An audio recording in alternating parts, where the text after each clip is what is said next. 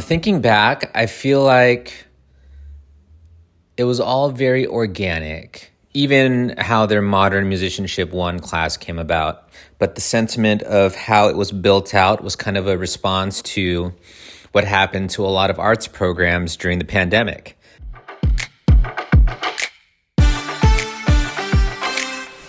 In March of 2020, schools all over the world shut its doors and opened their computer screens to connect with students in their home, meeting students where they were to make learning happen. Joaquin Hernandez and Ammy Beltran, music educators in Santa Ana Unified, found themselves with a gift: time and space to experiment with and transform the traditional music classroom to fit the needs of their students. The voice you just heard is of Elben Capule, singer, songwriter, and accompanist for Santa Ana Unified Arts Department. My understanding is it was a response to that. It was like, how can we continue having music classes, have them be interesting and not just be a music app class or music history class? And their modern music class was born. In this episode, we open the classroom doors and reimagine what student-centered learning, architects of life and learning, and voice and empowerment look and feel like when we simply let go and let individuals create for themselves a life of purpose and happiness. We're empowering our students in their interest in modern approaches because they want to learn those things, and now we can still give them the fundamental toolkit and skill set that will make them even more successful, rather than just throwing them into a garage band and saying, good luck, figure it out. Let's set the stage. Joining us from their classrooms via Zoom were Ammy Beltran, vocal music teacher, and Joaquin Hernandez, music teacher. Elben Capule, accompanist, joining from his car. Robin McNair, arts coordinator, joining from her office. Lindsay Barfield, program specialist, joining in from her own office. And I, your host, Sofia Cuevas, curriculum specialist, who also joined from the district offices. This connection was made possible by Zoom, technology, and a willingness to think differently about how we communicate and meet where we can to make magic happen. We start our conversation with a question. When there are multiple access points to learn from each other and with each other, what untapped potential lies within us when we harness the power of the arts and bridge the gap between artistic endeavors and conventional academia to create a life with purpose and joy? Let's start the conversation.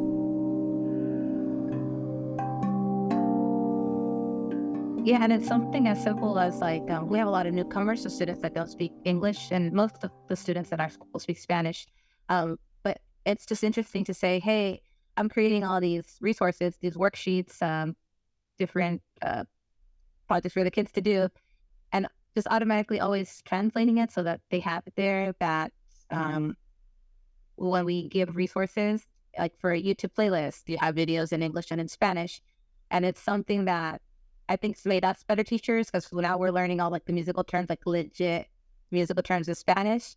But at the same time, it creates this environment where students know that, hey, like my language isn't the thing that I'm focused on here. It's like learning music, however it is that they're going to learn it. We're here to support. And that goes the same with like our special ed students, the accommodations that they require. For the most part, we integrate all those things into our assignments. Like our work is students' work is never late. They can try as many times as they need to. Our assessments are solely for assessing. They don't affect their grade. Because there's no late work, we can tell the kiddos, hey, you can poke at that assignment 10, 20, 30, 40, 100 million times. And if you get it wrong, hey, no problem. Keep poking at it, ask us questions. At some point, it'll click. That's what we tell them. I said, but if you don't ask questions, we cannot help you. But if you ask questions, we can help you. So we allow the student to do things independently or come and ask for questions. Sometimes we say, hey, consider using this resource until you master the skill. So there's a lot of these things that we include with the UDL thing. And because of that, it snowballs into all these other parameters that we're able to let students loose with all our work. It's some of them are getting better than us. So it's kind of scary, but like a really good scary. It's a really good scary. And this is, okay, so this is where I wanted to get into the nitty gritty, because what you just said flips the script. instead of you being the center point of the classroom, you being the know-all, you being the sage, you being the wise person that we come to you for all the things, and then you give us all of the things, and then we become some of those things. It's flipped it. It's put the student at the center, and you've created this space and this place and this time to be. And in a world filled of chaos and constant push for more, for product, to be product, you've truly created a student-centered environment. And so I'm wondering, That's our product, student-centered environments. can you explain that more? Because I'm wondering, for a teacher that looks at, like, what do you mean you can't turn in late work when we have 6-week grading periods? What do you mean you can't do assessments that are grade, because then what do I grade on? What am I basing my grade on? Is it just a bias? Is it right? So all of those kind of parameters, thinking, mindset, how have you made student-centered environment the product? It sounds really easy, and I'm going to tell you that it actually is really easy. It's doing it that's the hard part, and that is to let go of everything. And going back to what you said, Sophia, you have to do it scared. You have to embrace the being fearful, the being vulnerable, and putting yourself out there in front of the kids and tell them, hey, I'm making mistakes too. You can do it too. Like, as someone who has a disability and I'm modeling things backwards, and I have to tell them, okay, I do it this way because this is all I can do. I was like, let's just make sure that you understand that what you're seeing is a little different, but I can explain it to you. I think there's a lot of power in seeing someone on a stage, right? Like, we literally have a stage in our our room, and saying that, hey, if they can do it, I could probably do it too.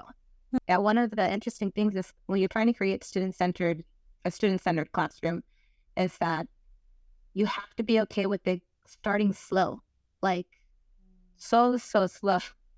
I think in education, a lot of people understand that 99.9% of the time, it's never the kid's fault. Usually there are systems in place that just don't allow a kid to be successful, even though all the intentions are good.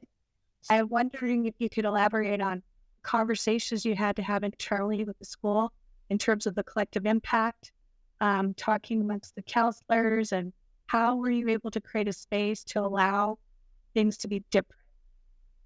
Us, after COVID, like everybody, our numbers like tanked, right? So we're saying, okay, we were kind of always used as a dumping ground, you could say, come all class for people to receive their arts credit. And our principal said, hey, well, I want to have choir, and I want to have band, and I want to have these things.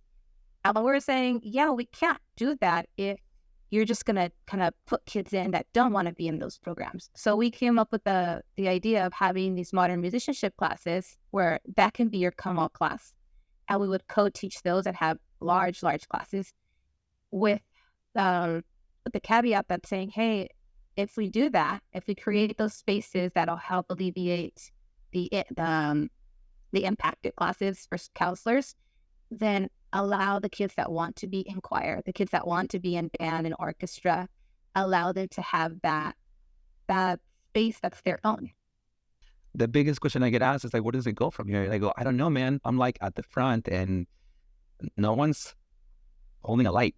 So we're not into the darkness, and it's scary good. If I can just jump in for two things, because the idea of fear, scary good, which I love. I want to start using scary good in a lot of ways. I want to hearken to how education looks the same, has stayed the same, and has maintained what it's done for many, many, many years. It's the seats and rows, and even though we might have collaborative grouping now, we still have standardized testing across the board. And I want to ground this moment in a story. And I'm looking for a student that you saw was beyond academics, beyond an assessment. What they were doing was like This is math, science, English, history. This is their foreign language. This is music. This is art. This is that global Renaissance person ready to just leave us. They're ready. Can you give me something like that? What do you want to start with? We have a few. Yeah. I'm going to start with an old one. Like the first time I witnessed that happening here, because we had this kid, Axel, that I guess he struggled academically and also, what do you call it? He had discipline issues, right? So he wasn't a bad kid per se, but he used to just get in trouble. Great kid to have him bad, like he always did things. And from the beginning, I was like, this kid's like way too smart for his own good. That's probably why he gets in trouble. So I always recognize that about him. And around junior year, we find out that they're trying to send him to Lauren Grisette Academy because he's failing in credits and things like that. And I was like, impossible. Like, this kid is way too smart. Something's going on. And then Mr. Conover from the Anterior Academy came over. He said, hey, like, they're trying to take this kid away from us. And you know, and I know that he's one of our best. What can we do to help? And so we start talking about Axel, and the dad is there, and the dad is saying, hey, you know that my kid is like not good for this. So I've been teaching him how to do jewelry. So he's ready to take a job if he's not welcome here, kind of thing. And I'm willing to transfer him to Lauren Grisette. My apologies. And I said, no one's saying any of that. Like, I'm not saying that. So kind of not saying any of that. I said, what we're doing for him doesn't work. So the problem is not Axel. The problem is us. So the matter of that meeting was that Axel's way too smart for us, and we need to just challenge the heck out of him. And one day he showed up and he said, hey, you were talking about Pythagoras and inventing music and coming up with our scales. And I was like, oh boy, here we go. It's a very high-end question. And he said, can you explain that to us? And it was in front of the whole orchestra. I said, hey man, I said, that question is probably just for you. I don't think anybody wants to hear that. And some other kids are like, hear what? And then he's like, he piqued their interest. So I was like, okay, like, we probably need to clear our schedule because it's going to take like 30 minutes to explain, and I need to do a spreadsheet, and I need to do a bunch of math, and you're going to help me. And they were like, let's do it. So we put our instruments away, and we filled out the spreadsheet on how Pythagoras figure out our tuning system and how it's not the same anymore, like lots of math. So then Axel began asking further questions about physics and things like that. And I said, oh boy, I said, that's the end of the line for me. Anything beyond that line is physics. You need to talk to Conover. So then he leaves that day. Couple of days later, he comes back. He goes, I asked Conover, and he explained. He said the same thing he did. That's the end of the line for him. I need to ask you questions. He says, but I already talked to you. So I said, so we're good. And I said, yeah. So he said, yeah. And I left. And then the next day, I see him at lunchtime. He dragged a whiteboard, and he was explaining to the kids in the orchestra my idea plus Conover's idea and how that made sense to him. And then he turned to explain it to me. And I said, that is way, way over my head.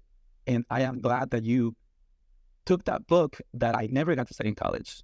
And that's when he found out that we were going beyond it. And as you know, Robin, he is also really good with poetry and other things that we're not aware of because we only focus on the music. But this kid is like a Renaissance man. He is all over town.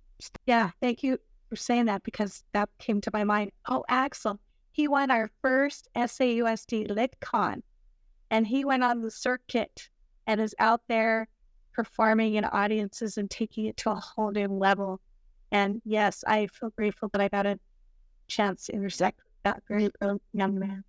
So when he went to college, he said the upperclassmen were saying, hey, we're entering a composition competition up in San Francisco area. Like, do you want to come? And he said, yeah, I'll go. I'll write something up and I'll enter it for the competition. And he came back and he said, he goes, hey man, you won't believe what they said. I said, what did they tell you? He said, they looked at it and they couldn't believe it. They were like, hey, like, where did you learn to write this counterpoint? How did you learn to do it so smooth? And he said, oh, my teacher gave me a book in high school. And I was like, I said, that's crazy because I don't even know how to do that. I said, you taught yourself how to do that. I said, I just give you the book, which I think is a really cool way to teach without trying. Like, I mean, that blew my mind when I allowed to do that. So we have, or at the end of last year, we had the student Diego who was like, you know what? I think I want to give that a shot. How am I like, all right, we're student led if that's what you want, and let's do it. And we thought it was going to be kind of similar to what we had experienced the previous year, but he has taken it to a whole new level. And then he just went nuts. So he's like, okay, well, can I have access to the calendar? So I want to make sure that everyone has agendas and what to wear and all these things. And he went in and put in rehearsals and what everyone's supposed to know for rehearsals. He started, like, the kids say that he listens to like marching band music like for fun, like all the time. And it's like, okay. And he's just constantly researching things. And I think he has just kind of blown us away in his knowledge. Like, we don't lead the rehearsals for the marching band at all. Like, we sit here and we listen from afar, and then we'll hear things and we step out and say something. And then recently he just said, hey, can you not do that? He said, can you call me? Can you tell me what is wrong? And I will address the band. He trained the band to follow things by color. And in doing that, the band moves way faster than having us boomers on the way of them. Like, they move 2 times as fast. That is the scary good part about it. Well, a part of everything that I'm hearing, on one side, you guys, yes, have the UDL approach where there's multiple access points, not only to the information, to the knowledge, to the application, to the skills, but then you have even access points to the beyond of like, yeah, that's not me. And then on the flip side of that, though, through that, there's been a development of trust. And it's not just trust of like, you can trust me, we're cool. It's more of an authentic trust that comes from that vulnerability of, oh, Miss Beltran said she couldn't and didn't know and was real about it in front of us. And then she figured it out with us. Lindsay? And it's allowing the respect of each other to have that authentic collaboration with your students and giving them the agency. And you had mentioned the advocacy before, and for them to be able to voice what they need and to be able to know that you're a point of a resource to allow them to go beyond what is offered to everyone and to what it's specific to what they need. And it's beautiful. Can I say one thing about advocacy really quick? Is that now we're starting to see the kids, because I talk about it so much about how, like, you know, if your counselor tells you no, come see me. So now I have the upperclassmen talking to the underclassmen saying, hey, did you just say that? You need to go talk to Beltran, and then she's going to help you out. Or we also have kids, like we just had a student teacher, Mr. Mascoro, and the kids loved him. And then we had a student who was like creating this whole presentation for our principal as to why we needed another teacher and how he could teach CTE and show how, like, he could do mariachi and he can show production and how he would be an asset to our school. And it's just like, yeah, like that's exactly what we want. Or with Abraham, he wanted to buy his own tuba. This is like when COVID was happening. And I was like, cool, let me pay you in points. Let's sit down and talk about creating a plan. How are you going to put this up on your GoFundMe? Like, let's make sure you get good pictures. Let's make sure we come up with a SWART goal, a deadline, all these things. And then let's put you in contact with the right people. And he had enough money to buy himself his own tuba that he's using at Southern University in their marching band. So like advocacy piece is just like, it's cool to watch the kids take what they see from like what I'm doing and then go out there and say, I can do the same thing. And not only in music, they can do it in other things too. It would have been cool if I had provided Abraham with a really good tuba that I could have never afforded. Not the school could have afforded, right? But how cool it is to say, hey, yeah, we're never going to get the tuba, but you can. And here's how. Because that kid is set for life. He has that tuba now. He doesn't have to return it to us. That's his. But beyond just having the tuba, the skill sets and that ownership, self-expression, identity, ownership. And I just love this because what if we were stuck in the standardized testing role? We have all these constructs overlaid.